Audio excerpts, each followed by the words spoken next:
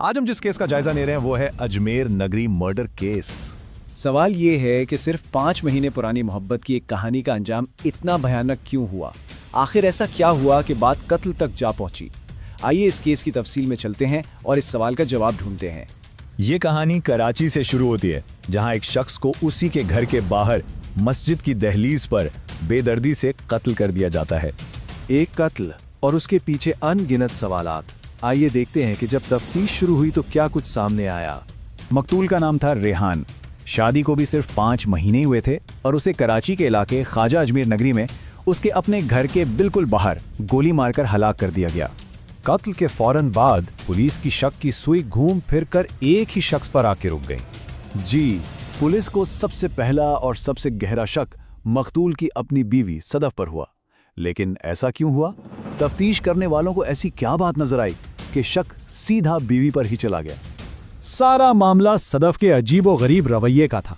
उसके चेहरे पर ना कोई गम था ना कोई अफसोस। सोचिए, रेहान की लाश घर के बाहर पड़ी है, उसके बहन भाई सदमे से निढाल हैं और सदफ घर के अंदर ही बैठी रही, वो बाहर तक नहीं निकली। और तो और ना वो और ना उसके घर वाले रेहान की जनाजे में शरीक हुए और बस यही वो बात थी जिसने पुलिस को चौकन्ना कर दिया। तो आइए अब जरा इस मोहब्बत और धोखे की कहानी की तहें खोलते हैं कि असल में पर्दे के पीछे चल क्या रहा था। इस कहानी को समझने के लिए सदफ के माजी को देखना बहुत जरूरी है। देखिए, उसकी पहली शादी फैसल नामी शख्स से हुई थी। 2 साल बाद ही 50 लाख रुपए लेकर उसने तलाक ले ली। फिर अगले 10 साल वो अपने वालिदैन के साथ रही और इसके बाद 4.5 साल तक रेहान के साथ अफेयर चला और फिर दोनों ने मोहब्बत की शादी कर ली। ये शादी कत्ल से सिर्फ 5 महीने पहले हुई थी। और यहाँ आकर कहानी में एक नया मोड़ आता है। पता चलता है कि सदफ की जिंदगी में एक नहीं बल्कि एक ही वक्त में 2 मर्द थे। एक तरफ रेहान था, उसका शौहर, जिससे 4.5 साल पुराना ताल्लुक था, तो दूसरी तरफ शेजान था, जिसके साथ एक मुतवाज़ी अफेयर चल रहा था। और शेजान ने सदफ से सिर्फ शादी का वादा ही नहीं किया था बल्कि उस पर पैसे भी लगाए थे, जैसे कि उसे एक ब्यूटी पार्लर बनवा कर दिया। दूसरी तरफ रेहान की मोहब्बत का ये आलम था कि उसने सदफ के लिए अपने घर वालों की तरफ से तय की हुई मंगनी तक तोड़ डाली थी। इससे अंदाज़ा लगाया जा सकता है कि वो इस रिश्ते को लेकर कितना संजीदा था। लेकिन शादी के कुछ ही अरसे बाद सदफ ने एक ऐसा फैसला किया जिसने तलाक और कत्ल के बीच की जो पतली सी लकीर थी उसे भी मिटा दिया। हुआ ये कि सदफ अपनी शादी से नाखुश हो गई, उसका दिल भर गया और वो अब हर हाल में शेजान के पास जाना चाहती थी, तो उसने रेहान से अलग होने का फैसला कर लिया। और ये है इस कहानी का सबसे अहम और सबसे खौफनाक नुक्ता। जब सदफ ने अपनी माँ को तलाक का बताया तो उसकी माँ ने जो मशवरा दिया वो रोंगटे खड़े कर देने वाला है। उसने कहा, अगर तूने फिर से तलाक ली तो पूरी बरादरी में हमारी नाक कट जाएगी, लोग थू थू करेंगे। इससे बेहतर है कि अपने आशिक के जरिए अपना रास्ता ही साफ करवा ले। यानी तलाक के ताने का खौफ कत्ल की वजह बन गया। और बस इसी एक मशवरे के बाद एक ऐसी खूनी साजिश तैयार हुई जिसमें सदफ अकेली नहीं बल्कि पूरा खानदान शरीक था। इस साजिश के 4 मरकजी किरदार थे।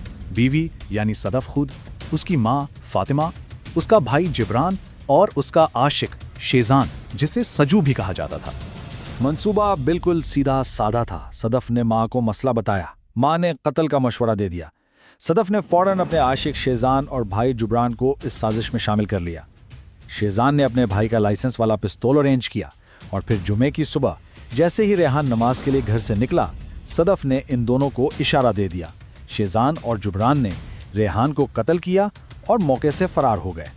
लेकिन वो ज्यादा देर कानून की गिरफ्त से बच नहीं सके। सिर्फ 3 दिन बाद पुलिस ने शेजान को गिरफ्तार कर लिया और सबसे हैरान कुन बात यह थी कि गिरफ्तारी के वक्त भी उसने वही कपड़े पहन रखे थे जो कत्ल के वक्त पहने थे। यहाँ तक कि चेहरा छुपाने वाला मास्क भी उसी की जेब से निकला। ये कहानी सिर्फ एक कत्ल की नहीं है बल्कि उन खतरे की घंटियों की है, उन इशारों की है जिन्हें जानबूझकर नजरअंदाज कर दिया गया। कहते हैं ना कि जुर्म हमेशा दस्तक देता है। वो पहले से खबरदार करता है लेकिन इंसान खतरे को महसूस करने के बावजूद अनजान बना रहता है। रेहान के साथ भी बिल्कुल यही हुआ। जुर्म ने कई बार दस्तक दी थी। पहली दस्तक तब हुई जब सदफ ने उस पर अपनी मंगनी तोड़ने के लिए दबाव डाला।